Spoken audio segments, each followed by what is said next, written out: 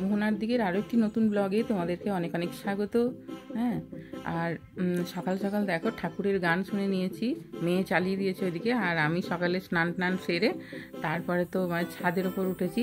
আর এত সুন্দর আকাশটা দেখো, মানে আকাশি রঙের তার আকাশ, তার উপরে আবার এরকম পেঁজা তুলোর মতো মেঘ, মানে এগুলো দেখতেও বেশ ভালো লাগে। হ্যাঁ, আর এই ঘরের ভেতরে থাকি তো, এবারে সারাদিন তো মানে ছাদে ওঠার উপায় নেই, কারণ আমাদের রিক্সাও তাহলে উঠে পড়বে আমার সাথে। তো সেই জন্য কী বলো তো, সকালটা আমার একটু মানে বেশ ভালোই কাটে, একটু ছাদের উপর পায়চারি করে নিই, আর বেশ খোলা আকাশটাও দেখতে পাই। তো আমি দেখো স্নান করে সমস্ত জামা কাপড় এখানে শুকোতে দিয়ে দিয়েছি, যদিও মানে একটু পরে হয়তো মেঘ চলে আসবে। হ্যাঁ, আর মেয়ে অফিসে যাওয়ার আগে তখন জামা কাপড়গুলো তুলে দিয়ে যায়, কারণ কি বলো তো, ছাদে না আমি আর বারবার উঠতে পারি না, কারণ আমি উঠলেই তখন আমার সাথে সাথে রিক্সাও উঠে পড়বে, সেই জন্য আর কি। আর ও সিঁড়ি দিয়ে উঠতে ওর খুব মজা লাগে। হ্যাঁ, তো সেই জন্য আর একটুখানি আমি ঘুরে তারপরে তো দেখো নিচে নেমে যাচ্ছি, কারণ ও যদি আমাকে না দেখতে পায় না রিক্সা, তাহলে ও ঠিক ভাববে কি ঠিক ছাদের উপর এসেছি আমি, এবারে তখন সেই সিঁড়ি দিয়ে উঠতে শুরু করে দেবে, সেই জন্য হ্যাঁ দরজা একটু খোলা পেলেই উঠে যায়। তো যাই হোক, তারপরে এই যে দেখো মেয়ে এদিকে ব্রেকফাস্ট বানাচ্ছে। ব্রেকফাস্ট বলতে একটু হালকা ব্রেকফাস্টই বানানো হয়, তবে আজ মানে খাওয়া হয়। আর আজকে মানে পাউরুটিটা ছিল, তো সেই জন্য মেয়ে বলছে যে একটু ডিম টোস্ট বানিয়ে দিই, সেই জন্য একটু ডিম টোস্ট বানিয়ে দিচ্ছে। আর একটু কম করে একটু হালকা করে খায়, কারণ কি 10:30টার মধ্যে বেরিয়ে যায় তো খেয়ে নিয়ে, ভাত খেয়ে নিয়ে।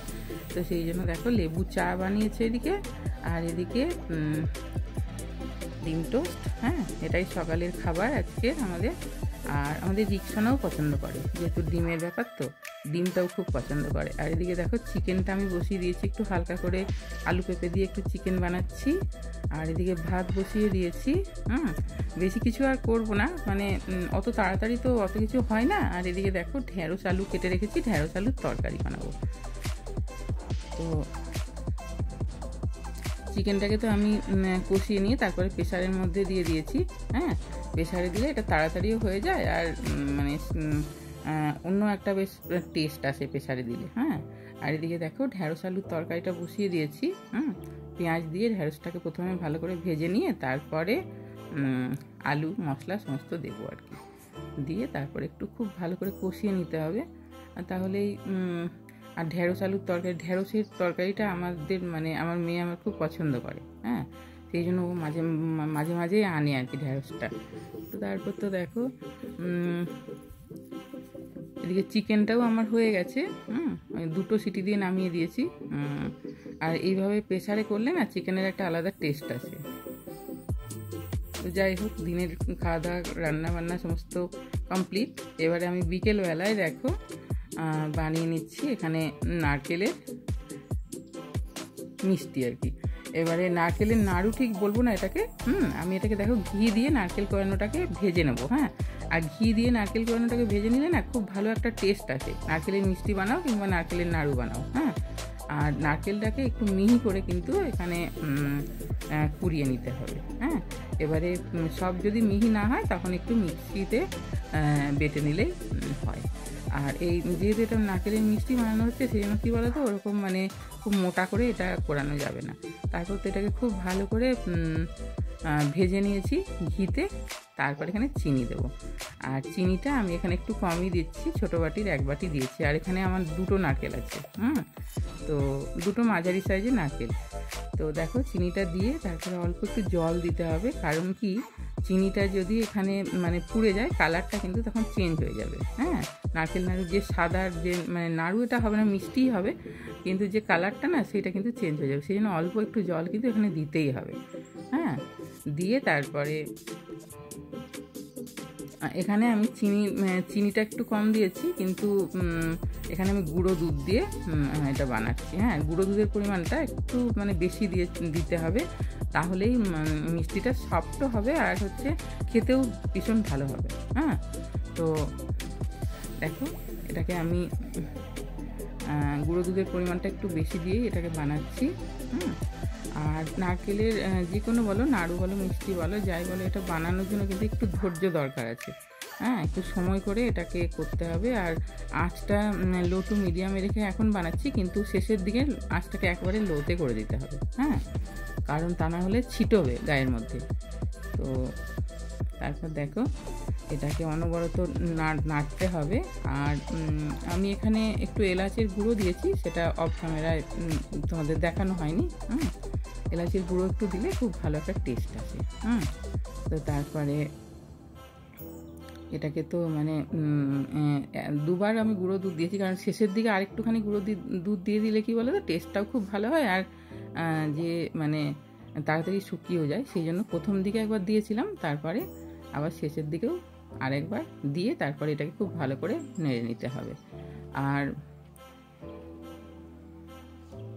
নারকেলের নাড়ু তো মানে পছন্দ করে না এমন মানুষ বোধহয় নেই। হ্যাঁ, আর আমাদের বিশেষ করে আমাদের রিকসোনা ভীষণ পছন্দ করে। হ্যাঁ, সেই জন্য আমি এই যে রথ স্পেশাল বানাচ্ছি এটা, হ্যাঁ, উল্টো রথ স্পেশাল। তো আমাদের বাড়িতেই তো একটা মানে ভগবান আছে, এবার সে ভীষণ নারকেলের নাড়ু পছন্দ করে। যদি ফ্রিজে থাকে না, তাহলে ফ্রিজ থেকে মানে কৌটো পুরো তুলে নিয়ে চলে যায়। হ্যাঁ, তো এবারে দেখো এটা নাড়তে নাড়তে একেবারে মানে শুকনো হয়ে এসছে।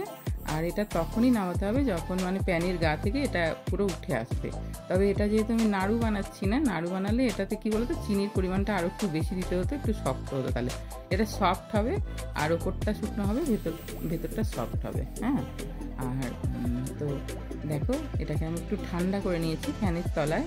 তারপরে এই যে নাড়ু বানিয়ে নিচ্ছি, নাড়ুর মতো গোল গোল বানিয়ে নিচ্ছি। তারপরে এখানে ড্রাই কোকোনাটে একটু গড়িয়ে নিচ্ছি আর কি। তাহলে কি বলো তো, দেখতেও খুব ভালো হয় আর খেতে তো ভালো হবেই। হ্যাঁ, কোকোনাট মানেই তো মানে টেস্টি জিনিস। হ্যাঁ, বললাম তো নারকেল পছন্দ করে না এমন লোক তো অনেক কমই আছে, দু একজন হয়তো করে না পছন্দ, কিন্তু বেশিরভাগ লোকই আমি জানি নারকেলের নাড়ু, নারকেলের মিষ্টি ভীষণ পছন্দ করে। আর ভগবানেরও তো পছন্দের জিনিস এটা। হ্যাঁ, তো সেই জন্য দেখো এইভাবে সবগুলোকে গড়িয়ে গড়িয়ে এরকমভাবে মানে বানিয়ে নিচ্ছি আমি। আর এগুলো না ফ্রিজেই রেখে দেবো আমি, কারণ বাইরে রাখবো না। এবার ফ্রিজে রেখে দিলে এগুলো মোটামুটি 15 দিন 20 দিন ঠিকঠাকই থাকে। হ্যাঁ, এমনিতেও তো নারকেলের নাড়ু যেটা হয় শুকনো, সেটাও তোমার বাইরে মোটামুটি 10-15 দিন ঠিকঠাকই থাকে। তো দেখো এগুলোকে আমি ফ্রিজে তুলে রেখে দেবো। তো এইভাবে দেখো আমি সবগুলো বানিয়ে নিচ্ছি। আর এই যে দেখো হয়ে গেছে আমার বানানো। আর উপর থেকে যে ড্রাই কোকোনাটটা যেটা না, এটা দিয়ে দিলে ঠিক দেখে মনে হয় যেন ঠিক ওই মানে মিষ্টির মতো। হ্যাঁ, ঠিক ওই দানাদার মিষ্টি টাইপের যেটা হয় ওই ধরনেরই দেখতে হয়েছে। আর খেতেও ওরকমই, কারণ কি ভেতরটা তো সফট, হ্যাঁ, আর ওপরটা শুকনো। এবারে খেতেও অসাধারণ হয়, বাচ্চারা তো এটা পছন্দ করেই। হ্যাঁ, আমি তো বললাম এটা ভগবানেরও খুব পছন্দের জিনিস। হ্যাঁ, শ্রীকৃষ্ণেরও এই নারকেলের নাড়ুটা, নারকেলের মিষ্টি ভীষণই পছন্দের জিনিস।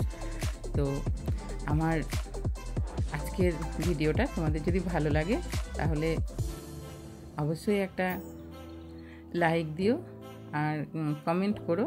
আর আমার চ্যানেলে যদি নতুন বন্ধু হও তাহলে অবশ্যই চ্যানেলটাকে সাবস্ক্রাইব করে দিও, কেমন? আর পাশে থাকা বেল আইকনটা প্রেস করে দিও, যাতে আমি নতুন নতুন ভিডিও আপলোড করলে তোমরা সবার আগে নোটিফিকেশানটা পেয়ে যাও।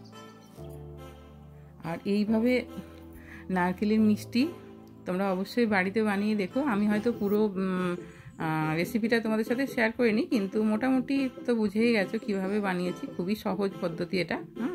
নারকেলের নাড়ু তো সবাই বানায়, তবে নারকেলের মিষ্টি এইভাবে যদি একবার বানিয়ে নাও না, এইভাবে ড্রাই কোকোনাটের মধ্যে গড়িয়ে, মানে অসাধারণ হয়। হ্যাঁ, খেতে তো অবশ্যই বানিও। আর সবাইকে রথযাত্রার অনেক অনেক শুভেচ্ছা। সবাই খুব ভালো থাকবে। বাই।